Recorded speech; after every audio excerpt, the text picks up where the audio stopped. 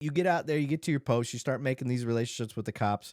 Now, are you running operations where you just find targets? Are these targets brought to you? I mean, because you guys are your main goal is to track down drugs. Right. At that time, I mean, I was assigned to very senior level uh, task force officers, and also I had a senior agent at the time who was very good undercover agent.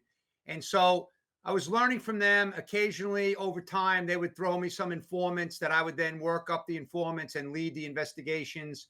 Once I got a little more experienced, and then ultimately at that time, back in the mid '80s, it was really important to do undercover work, like in an office like Long Island. So you go out and you buy, cocaine, or you buy, whatever the drug is.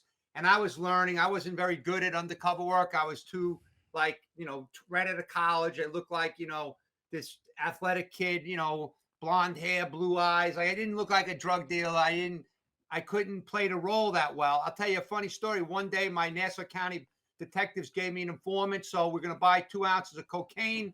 So I go to the house and the guy's all high. He's the supplier.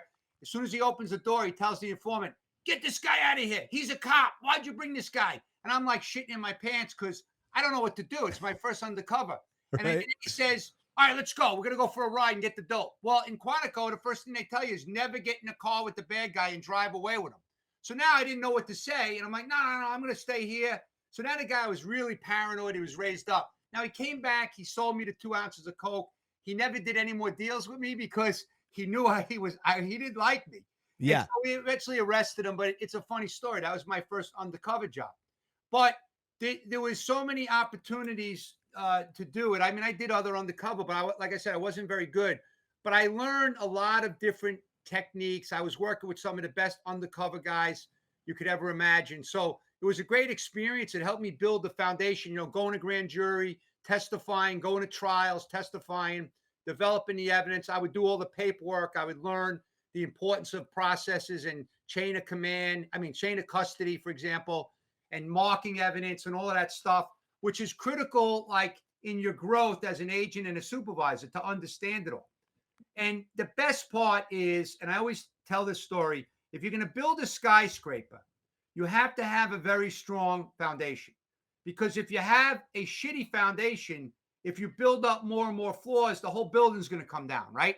So, as Correct. a young agent, if you have a strong foundation and you're learning the right way, or a cop, then you're going to just get better and better because you're building on a solid foundation. So, I attribute that to my partners at the time at Long Island office that taught me the best ways to do things, and really professional guys and a lot of fun. One thing I want to clarify for the civilian side of the podcast, when we're talking about task force, you're probably like, "What the hell is this task force? What's this task force?" So, task force is typically it's a joint operations thing. So you have the DEA, you have your local police agency, you may have some staties, shit. You could even have some FBI guys. Homeland Security now is a big thing. So when we're talking about these joint task force, a lot of times it's just a bunch of local agencies get together with gathering the same type of intelligence. You guys are all working on the same type of people, and so they'll get together with stuff like that. Now, for the DEA, when you guys were doing your task force, was it just a collaboration of DEA agents from different areas, or were you were No, mixing with I was locals? in with the Suffolk County narcotics guys, the Nassau County narcotics guys, New York State Police, Suffolk County District Attorneys, Nassau County District Attorneys, U.S. Customs, Immigration, INS at the time, no longer exists, and DEA. So it was a massive task force, multiple agencies. Bring all your skill sets together, bring your capabilities and your laws. Like the federal laws were really good with conspiracy. And so the task force guys, we would deputize them, which gives them the authorities of like a federal agent. They could travel around the world. They could carry their weapon around, the United States, just like a federal agent.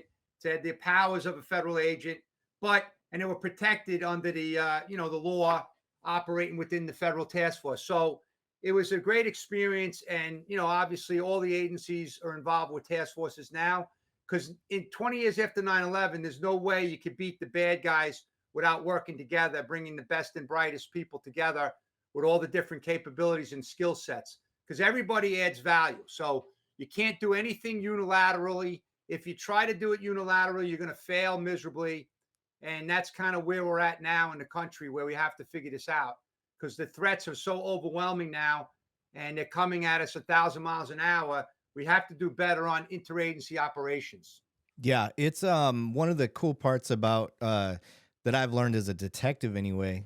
I've worked with ICE a couple times. Like we keep getting this Honduran like military members over here. Like we got this one dude, he's an alcoholic.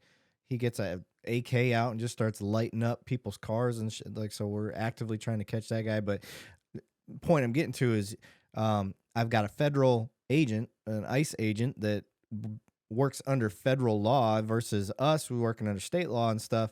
And one of the cool parts about that is learning that our charges aren't nearly as powerful sometimes as the federal charges and vice versa. So you learn to work together and figure out what the best charge can be for somebody that is an obvious violent threat to the public. I get sometimes the public's like, oh, you're just trying to jam them up as hard as you can. No, not every time.